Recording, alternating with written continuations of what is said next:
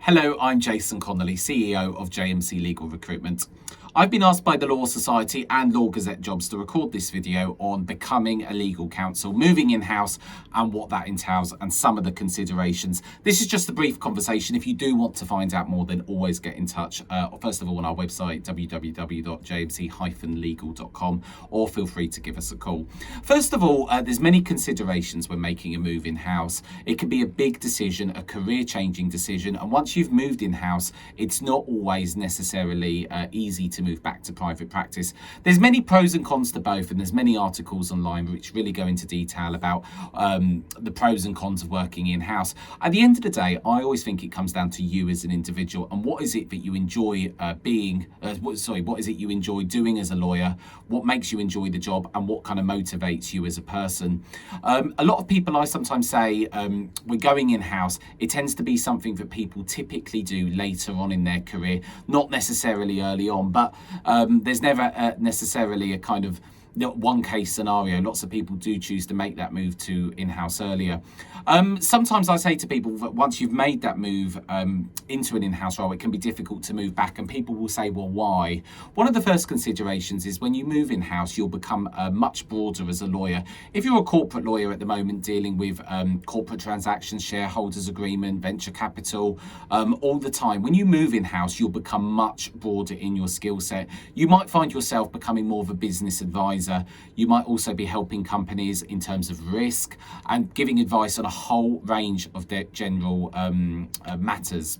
Some of the other considerations when moving in-house is there is pros. A lot of the time you do get paid more in-house. There's no two ways about that. If you're a lawyer who's 8 years PQE, private practice and in-house, when they stack up, the salaries are more generally in-house. However, one important consideration is sometimes it's very hard to move up the career ladder. If you start as a legal counsel and that's the job that you're in, sometimes the legal departments, especially in companies, even large companies, the legal departments can be quite small. It can be a very flat structure, a structure that is legal counsel, then general counsel, perhaps head of legal. But a lot of the time, you're often waiting for someone to perhaps retire, the legal team to grow, and the route to progression can sometimes be very difficult.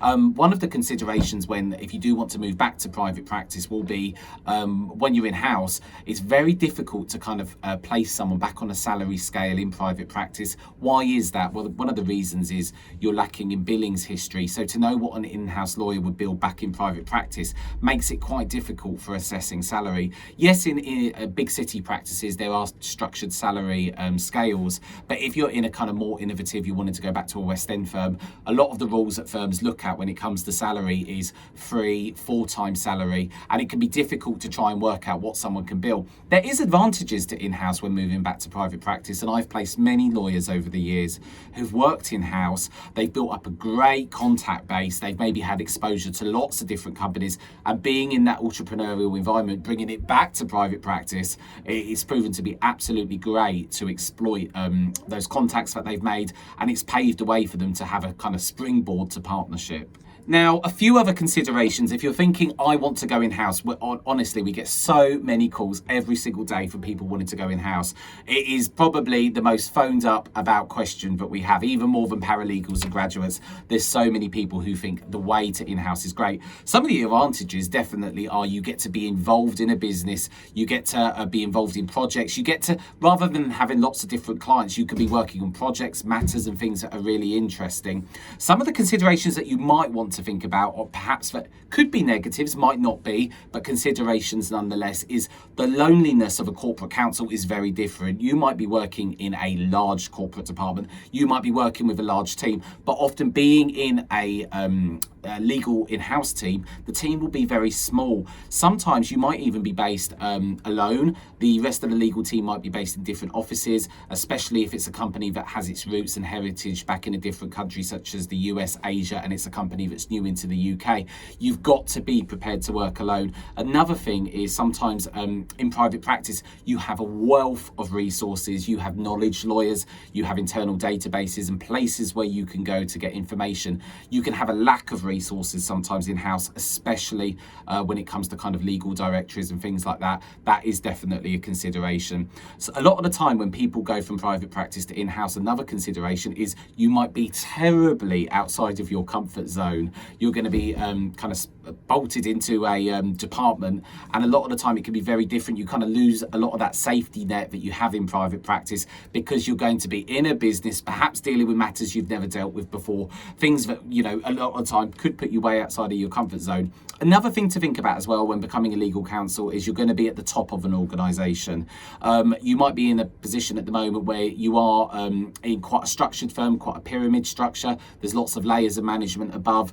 You're going to be potentially put into an environment where you are at the top of a company. One bit of advice I'd really give people who do decide to go in-house is really get to know during the interview process the company, the department, how things are structured, what is the DNA of that company, because all of these things are going to be really important, especially when sitting at the top. Those are my top tips for becoming a legal counsel. I could go into loads more detail. This is just a brief video. Thanks very much to the Law Society Law Gazette Jobs for the opportunity to talk on this. And if you do want more advice, do feel free to get in touch.